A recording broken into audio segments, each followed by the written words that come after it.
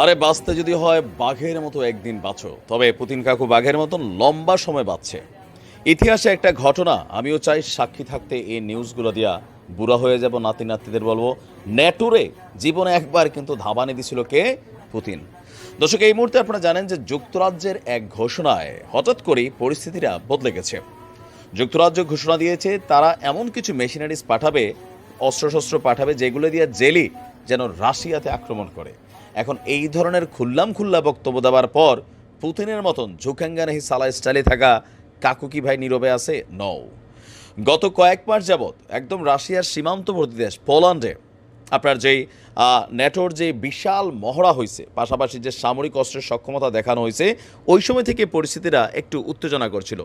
এরপর দ্বিতীয় ধাপে মার্কিন যুক্তরাষ্ট্র তারাই সেখানে পরমাণু অস্ত্র রাখার জন্য একটা প্রস্তুতি নিচ্ছে। অপরদিকে যুক্তরাজ্য বলছে জেলি যাও, তুমি ঠোকো। ফ্রান্স প্রস্তুত হয়ে বলতেছে রাশিয়ার নাম নিশানা মেটাই দিতে হবে। আর পুতিন কি বলছে? আসো, খেলা হবে। রাশিয়ার সীমান্তের কাছে পশ্চিমা সামরিক ন্যাটোর 4 মাস ধরে চলা দীর্ঘ সামরিক মহড়া প্রমাণ করে যে রাশিয়ার সাথে সম্ভাব্য সংঘাতের জন্য তলে তলে প্রস্তুতি নিচ্ছে ন্যাটো।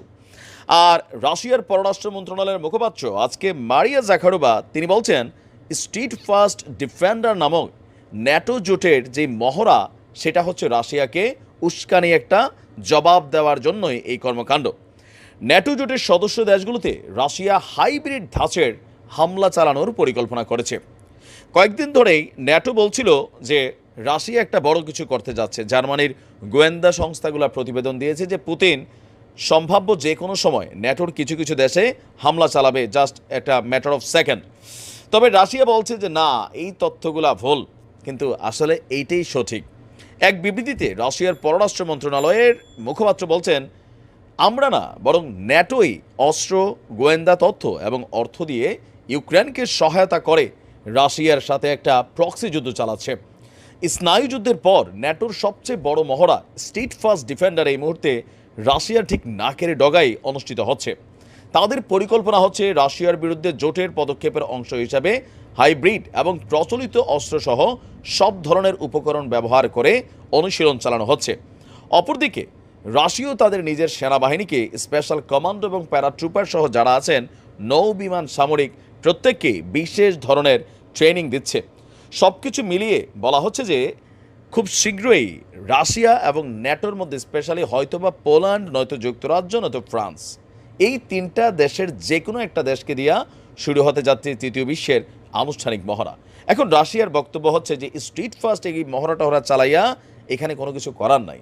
রাশিয়া যে কোনো পরিস্থিতিতে নিজেদের সার্বভৌমত্ব বা পশ্চিমাদের বিরুদ্ধে লড়াই করার জন্য তারা তাদের সর্বশক্তি প্রয়োগ করবে, এমনকি সেই সক্ষমতা আছে। পুতিন সরাসরি হুমকি দামকি দিচ্ছে যে ভাই দেখো, কারুর সাথে আমার শত্রুতা নাই, তোমরা বেসিক্যালি আমার যে লাইন আছে সেটা ক্রস করছো।